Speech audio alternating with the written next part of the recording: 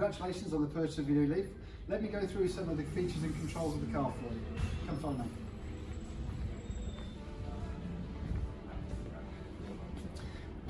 Starting from the back of the car, directly underneath the badge, there's a little rubber button.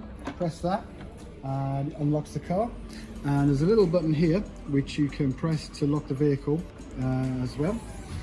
In the boot you have a air compressor. All you do is take out this piece here, put that in the 12-volt socket and unwrap the cable which you put on your tyre. Then you can inflate your tyre if you have a puncture, get it to pressure.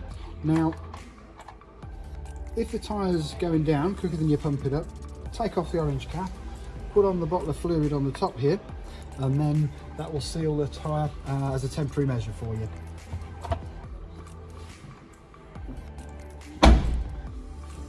Inside the back door, you have a little switch here. So you push it down to have the child locks on, which would disengage the internal handles, and up, obviously it gives you free access in and out of the car. On the front door, there's a little button here, which if you press that, it will lock the car down for you. And press it again.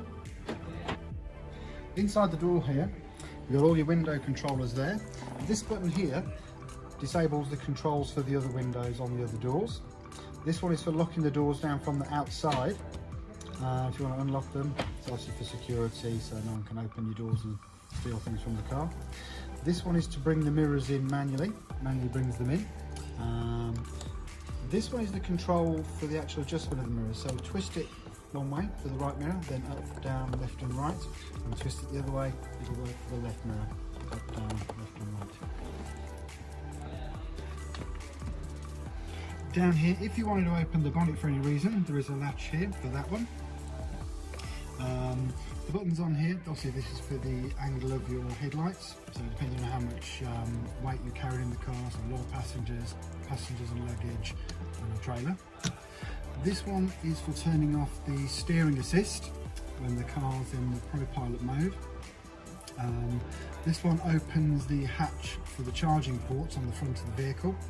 This is if you want to set the time charger, and this one is for the heated steering wheel. Over here you've got your controls for the lights within the dashboard, so you can turn them up or down, and you've also got a trip reset there as well. Windscreen wipers, one push up is a wipe, one push down is automatic. Obviously you can manually put them on as well, but on the automatic setting you've got a sensitivity control here as well, making them more or less sensitive. This end cap is for the rear windscreen wiper, so intermittent and full wipe, and obviously by pushing it forward and pushing it back, that will jet the water on the front and rear windscreens. On the steering wheel you've got your voice activation, answering your phone. You've got your speed limiter button, which operates by pressing this button and pressing set, and then it will cap the speed to stop you gradually going over the speed limit. You can increase it by pressing the plus button. This one here is for the ProPilot system. So if you're on the motorway and it's nice and clear, you can press this button, press set, and then the car will take the speed that you're driving at. Then if you wish to accelerate, you can do it through these buttons here. You can cap it at say 70 miles an hour, but what it'll do, it will follow the car in front. So as they slow down, you'll slow down, and as they speed up, you'll speed up. However, it will only go as fast as you've capped it at. So if you've capped it at 70 miles an hour and they shoot off to 80, it will stay at 70 miles an hour. This button here is for the distance that it will follow the car in front by. So you can set it to sort of 3, 2 or 1 spacing markings. Obviously the faster you go, the wider it does make the gap between you and the car in front. Over on the other side, these two buttons here will toggle through your radio stations or the music on your MP3. Volume control will also work with the radio. It'll also work with your phone calls, and if you catch it while the sat-nav's talking, it'll adjust the volume of the sat-nav. These buttons here and this one are all for the main screen there. So on the display up here, you navigate with these buttons, as I say, so you can go down to see the different options that are available. With this one, it tells you estimated charge time. Now at the moment, it's based on a 6 kilowatt charger. So if I press OK here, I can choose whether it's off a 24 volt, 240 volt, or if I was doing it on a rapid charger, how long the car would take to charge. So a 52 kilowatt charger. The next screen shows me battery temperatures and also the battery capacity to make sure there's no problems with the battery itself. This one shows you your sort of power and regeneration. So if you're putting your foot down, the power will be up here. If you ease up a little bit and it's in the green section, that'll be the most economical way of driving the car. And as you slow down, it comes into the blue section, which is for regeneration. Obviously, so as you slow down, it recharges the batteries back up and doesn't waste any battery power. Also tells you what the current battery percentage is and the current miles available for the car. We'll go across to the next screen. This is all to do with music. Next one is to do with your navigation.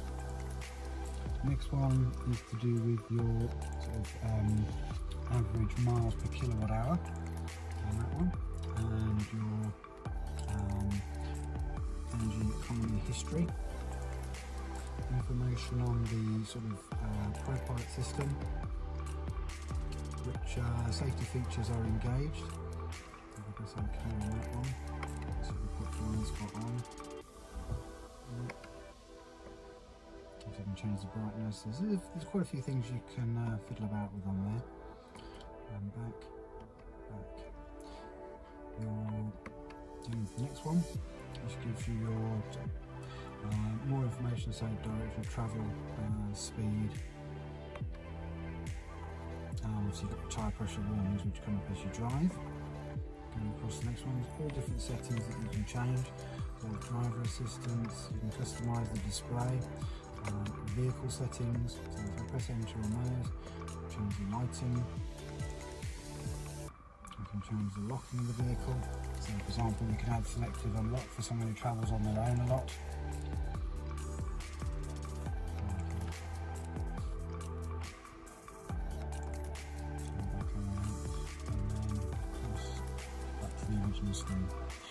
On this side of the steering wheel, you've got your lighting controls. So you've got the white dot here for automatic, side lights, lane lights if you wish to override it, and your fog lights front and rear. And then you have your flash and main beam pushing forward, and of course indicators on this side.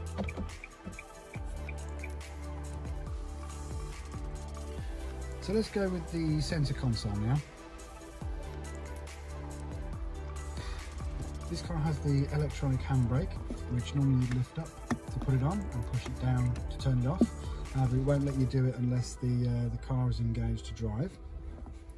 This is your direction setter, so you push it forward for reverse and push it backwards for drive. And then if you press the P button on the top, that puts it into park, so it won't roll either way. Obviously, it will show you what gear you're in here and also on the dashboard itself. This button here is for the E-pedal, which you can just see on the display.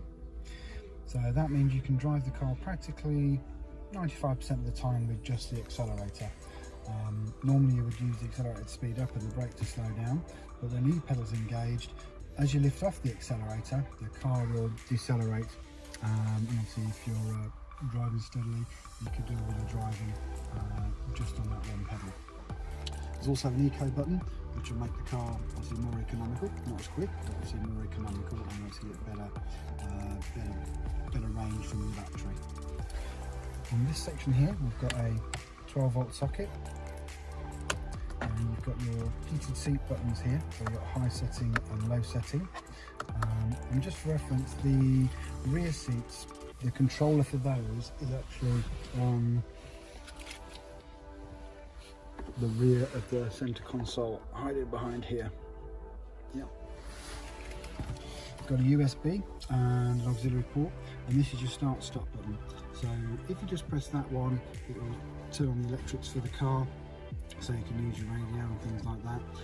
However, if you put your foot on the brake and press that button, it will actually start up the motors, so the car's ready to drive. Got the climate control system, obviously for warmer or colder, fan control up and down, but then you've also got modes which will put it into either eye level and feet, just feet and windscreen for a chilly morning, just the windscreen if it's frozen, and back to the eye level. It's got a button for extra heat and extra cooling. If you put it on automatic, it will then change the power of the fan once it gets to temperature, so it will lower the fan, which makes it more efficient. You've also got an on and off button here. You can recirculate the air, and your front demister and rear demister. Moving up to the main display in the car here, menu button. Will give you 3 different screens. So this is 1, 2, 3. They can be customised as well. So if I want to customise home screen, you can add different widgets on there, which are these big icons here. So for example, I could put my map on this screen here. And you've got your shortcuts, which you can search by category. Let's say for something like the phone, you could add your quick dials onto this screen here. So that now would be on that screen. So quick dials are there. Along the bottom it gives you one for information, so electronic information, Nissan Connect services and so on. Audio screen, choose your source, whether it be the AM, FM, DAB, Bluetooth or auxiliary, and then you've also got your DAB menu, which will give you a list of stations once you're outside. Bluetooth audio, so you can choose which devices you're connected to. Likewise with the USB, once the USB is connected, and settings, all sorts of things you can change on here. With the navigation, you can change the way the map looks, so you go for a 3D view on there. Also you can use the get to the map from here. Also lighten and darken the display. Bring it down a little bit. Audio again. The cameras, once you put the car into reverse, they come on automatically, but if I select the camera button, the display comes on like so.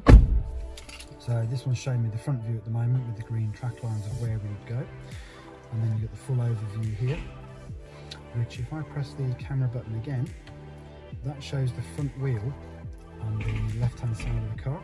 So when it comes to parking up and getting close to the curb, you can do that, hopefully without scratching your wheels. You've got your hazard warning lights are over here. This button here turns off the anti-dazzle mirror, so it does it automatically. For turning off your lights, you can do that here. You have another button here which turns off the internal sensor for the alarm system. So if you have children in the car or the dog in the car, if you nip in and pay at the garage, you can still lock and alarm the car, but without them setting the alarms off.